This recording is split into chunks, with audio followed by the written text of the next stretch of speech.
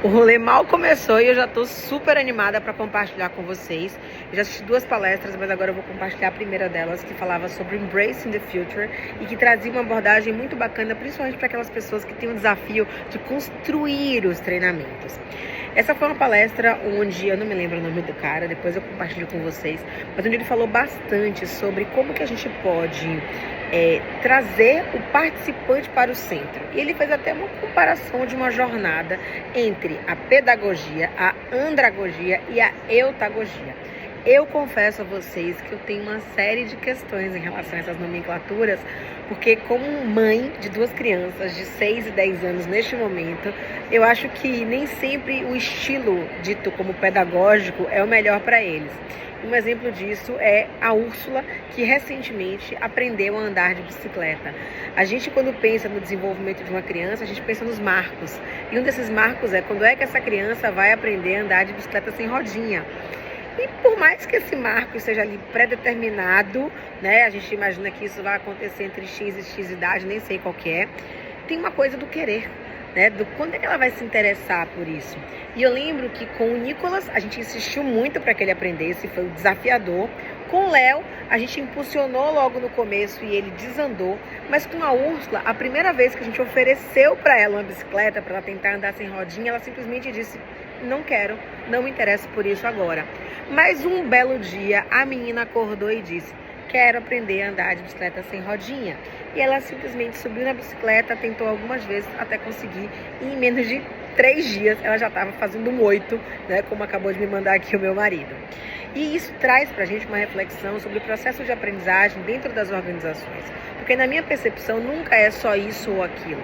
Em alguns momentos a pedagogia ela vai ser necessária. A gente precisa instruir as pessoas minimamente sobre aquilo que elas precisam fazer, mesmo que elas ainda não tenham despertado a curiosidade sobre determinado assunto, porque elas não tiveram a oportunidade nem de saber, né, com que tipo de desafio elas vão se deparar. Quando a gente fala de andragogia, a gente está falando de uma perspectiva diferente, considerando os desafios que um adulto tem, que ele já reconhece, e por isso fica muito mais fácil desenhar uma jornada, considerando os desafios que já foram mapeados pela área de recursos humanos, por exemplo.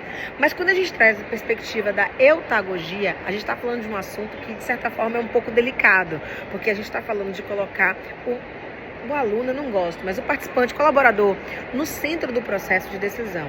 E isso traz para mim uma coisa, gente, que é muito inquietante. Eu sempre ouvi do meu pai que diante de um dilema eu tinha que me fazer 3 perguntas. Quero, posso e devo. Eu quero muito aquela coisa? Quero. Eu posso, tenho capacidade, tenho dinheiro, tenho autonomia para? Posso. Mas no devo, muitas vezes eu travava porque vinha a questão da minha consciência. Quando a gente pensa no ambiente corporativo, a gente está falando de um processo que é o contrário. Muitas vezes as pessoas fazem porque elas devem fazer, porque elas são pagas para aquilo, porque está no job description. Só que nem sempre elas têm capacidade para isso. Por isso que o desafio deveria ser um elemento que despertasse o interesse. Mas é aí que mora o ponto principal, né? Principalmente num mundo tão cheio de possibilidades e de artificialidade, esse quero muitas vezes fica deixado de lado. E esse, para mim, é o maior desafio que as organizações possuem nos dias de hoje, é fazer com que as pessoas queiram. Então, nessa palestra, né, que para mim foi muito legal, porque trouxe perspectivas como assim, né, a gente precisa estimular a autonomia, a gente precisa fazer com que as pessoas descubram o que faz sentido para elas, a gente precisa personalizar, e esse é um ponto fundamental, porque com tanto dado disponível, o que está faltando para que os programas de aprendizagem eles sejam mais personalizáveis, ou seja, ele tem que se conversar comigo, não só com o meu desafio, mas com a pessoa que eu sou, não é só com o meu estilo de aprendizagem, que eu faço um teste lá para saber se eu aprendo melhor lendo, ouvindo, até porque isso já caiu por terra, mas é com a minha pessoa, com aquela pessoa que eu quero me tornar. E ele trouxe também muito essa questão da própria reflexão, né?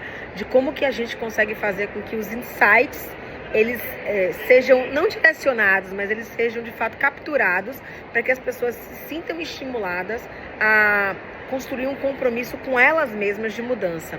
E das coisas que esse palestrante falou, uma das que mais me chamou a atenção foi, né, a gente não aprende para saber, a gente aprende para se tornar. Então, quando a gente pensa no nosso processo de evolução, o grande desafio é esse. Se eu tenho interesse por determinado tipo de assunto e não me sinto preparada para aquilo, eu posso travar, né? E aí vem essa história do medo. Mas se eu tenho interesse por determinado tipo de assunto, se eu quero superar determinado tipo de desafio e eu me torno uma pessoa curiosa a ponto de buscar essas referências, eu vou atrás desse conhecimento. E a partir do momento em que eu coloco esse conhecimento em prática, afinal de contas, aprender não a colocar para dentro, aprender a colocar para fora. E esse novo conhecimento, essa nova habilidade me permite ser uma pessoa melhor, entregar mais, ser mais produtivo, ter mais resultado, ter mais eficácia, por aí vai. Eu recebo esse reforço positivo e esse meu comportamento se torna um hábito. E a partir do momento em que o meu comportamento se torna um hábito, eu mudo uma crença e com isso eu mudo o contexto ao meu redor. Então, eu acho que o ponto principal dessa discussão sobre desenho de programas de aprendizagem é a gente compreender que a gente não está aqui para criar instruções de como as coisas precisam ser feitas, mas principalmente para a gente poder criar condições para que a transformação efetivamente ocorra. E de boa, com muito amor, tá? Não dá para fazer um treinamento e dizer que a gente transformou as pessoas, porque o dia mais importante do treinamento é o dia seguinte. Então é a partir de fato da prática, da aplicação de tudo isso é que alguém se transforma. E o nosso desafio cada vez mais não é sair instrumentalizando, mas é inspirar para que as pessoas queiram, né? E para que a partir daí elas busquem aquele conhecimento que vai permiti-las ser alguém melhor. É sobre isso. Daqui a pouco tem mais.